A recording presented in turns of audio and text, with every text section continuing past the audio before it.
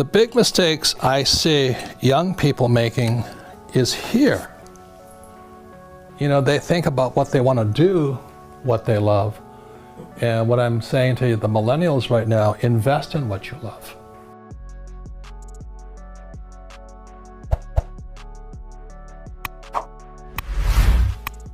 One of the biggest mistakes, I still hear it today from young people, oh, I don't have to worry because I'm still young. Yeah, and that is death to most people, because eventually you get old and then you're not young again. So it's a way of saying, when I talk about assets and liabilities, one of the most important things you have in your life is time. It's one of your greatest assets, or it's your liability. And being, I just turned 70, and I have friends who have nothing. I mean, they have zero. Now they've made a lot of money, but they have nothing here. They have nice houses, nice cars, 16 wives, 19 kids, I don't know what they have, but you know what I mean? And being young is great, except it can be a liability to you. Because when you're young, you're just having a lot of fun and life's exciting, you know, it's new. So, as a time, but the thing is, this is the lesson today, is so many people spend their time focusing here. They want to make a lot of money. And I can hear it in their words. They say, oh, I want a career. This is career. Okay, or I'm going to start my own business. And this is the chart here, which we've seen. This is the cash flow quadrant, book number 2. E is employee. S is small business, self-employed, or a specialist like a doctor, a lawyer, web designer. B is big business, 500 employees or more. And I is professional investor. So when I was your age, I knew I wanted to get here. This takes time. This is the hardest, you know. This is where the big mega bucks are. And Kim and I are here. And the money is massive. But it takes time to get there. The big mistake I see young people make is they focus here. And the words are, I want to do what I love. That's the track. You see, in real life, sometimes you have to do what you hate. Like, people think I like to write books. I hate writing books.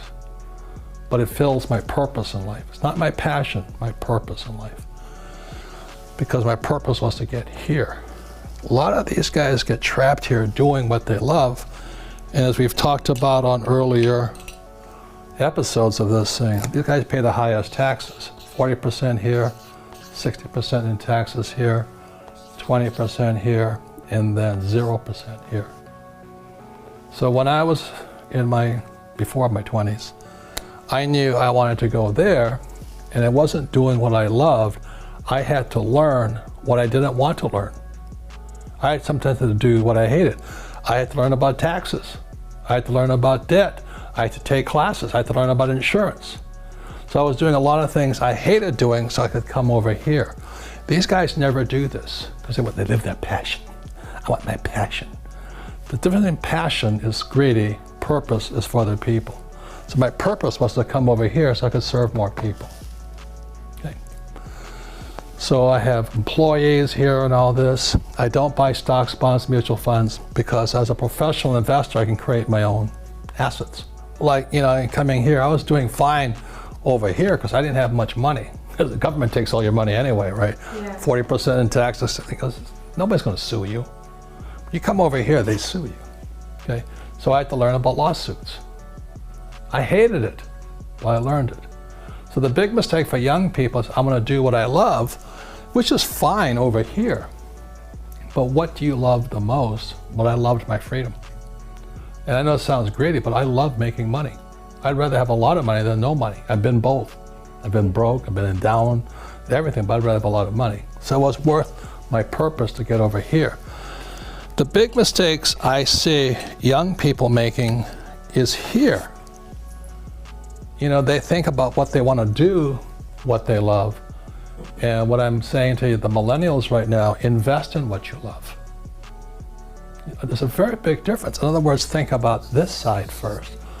Most young people, or should I say short-sighted people, they think this is it or this is it. But this is the one here. So when I was your age, I knew that the assets I wanted to acquire, the richest people own businesses. Over here, these guys are small business, self-employed. You're self-employed if you can't stop working.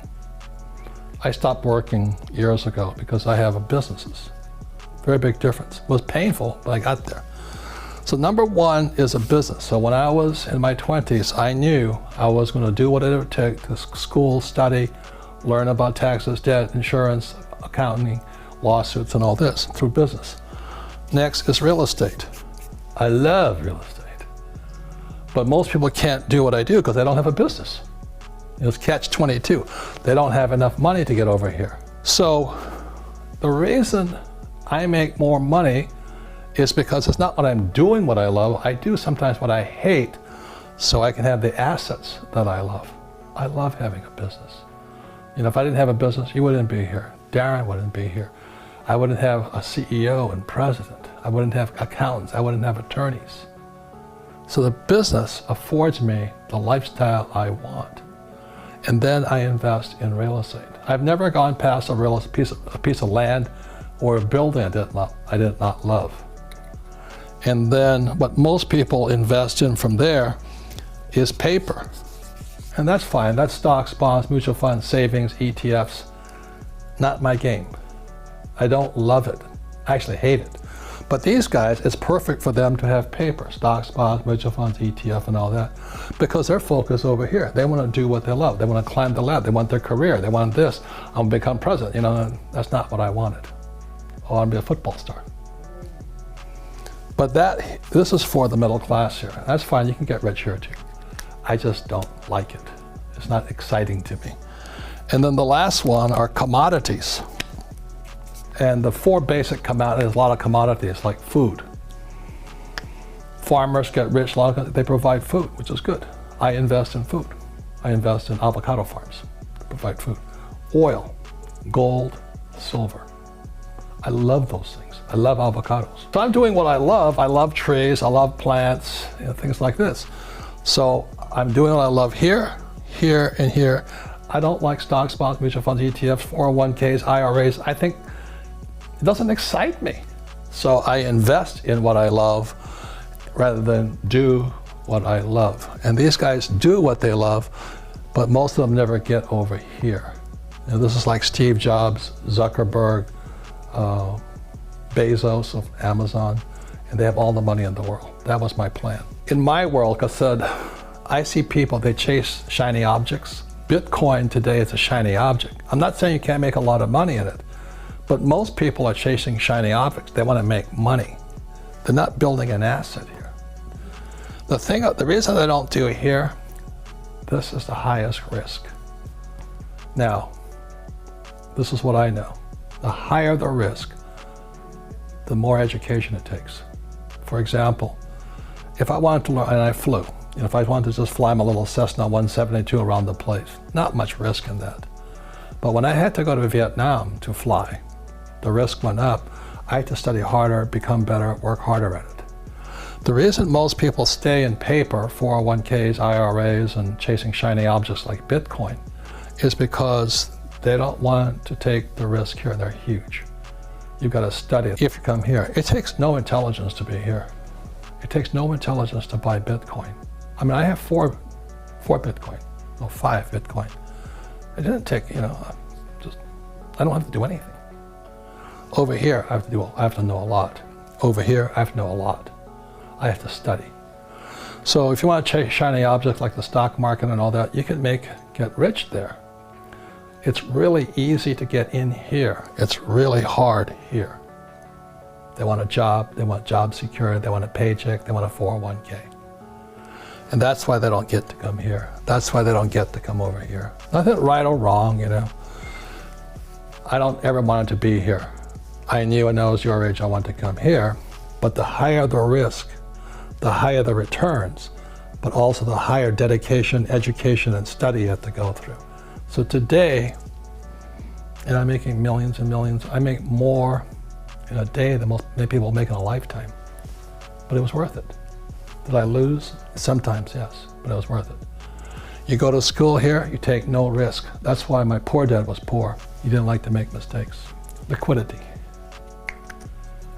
The reason this is better for most people is because it's liquid. You can buy a stock, you make a mistake, you get out. You buy an ETF, you make a mistake, you get out. It's good, it's important. The moment you go into real estate, you're not liquid. That's why you gotta be smarter going in, because if you make a mistake, you can't get out. And you buy a bad piece of property, you write it down. And the same as businesses, you're in there, you're solid, you can't get out. If you're in here or here, you can't get out. So that's why liquidity is crucial. It's very important, which means that's why I have Rich Dad's coaching, Rich Dad's education, with all our programs and all this. But most people are not willing to do this study because they want to do what they love, rather invest and acquire what they love. These things, hard to get out of, including gold. Gold's hard to get out of sometimes. Gold's more liquid than this. Oil is tough to get out of. You make a mistake there, you're going to ride that baby down, you know. Yeah. Silver's pretty easy. But the word is liquidity. The less liquid, the higher your financial IQ. You've got to be so much smarter. And most people, they have it. They have that ability to be that smart, but they rather do what they love rather than invest in what they love.